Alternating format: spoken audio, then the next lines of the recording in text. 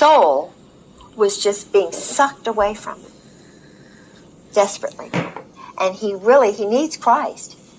He needed me day in and day out. He did not need to be. What he's doing now is running more of these operations.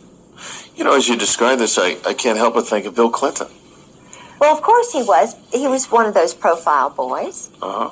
But the difference between Bill Clinton, and I'm not saying Bill Clinton's better, but Bill Clinton did not he didn't know anything about the assassinations. Bill Clinton, when I was living with Sarah McClendon, the senior White House correspondent, who saved my life, but she said, Mrs. Griggs, you get up here to Washington right now or you're dead. You're going to be dead. And I still feel as though I probably will be. I'll certainly be financially ruined. They are still doing psychological operations in my home, sabotaging my car, messing with my telephone, my radio. You cannot believe what I've been through in the last 2 years. It is horrible. And it's being done to other women and other wives and other men who don't go along with the program. They are murdering Marines. They're murdering sailors. These are the tactics that they use. They criticize the government. Some of the people that they pulled out of the woodwork in order that they would be accepted in patriot circles. And then these people criticize people like me. They think they can be accepted, and it discredits me. Now, is this COINTELPRO program and this disinformation program on the internet, has it affected my life? You bet it has. Because I'm not being invited to these big conferences anymore where I could give a lecture in front of 300, 400, 500 people. This is exactly what the rogue, covert, criminal government enterprise wants. That's why they do it. So what's the reward for me? Now, I'm going to tell you what's happened to me in the last 30 years. And I'm not telling you this because I'm looking for pity or I'm looking for sympathy or anything. These are facts. Okay. Anyway, what's happened to me, I've had 3 contracts on my life. Okay. I've had 2 other probable contracts.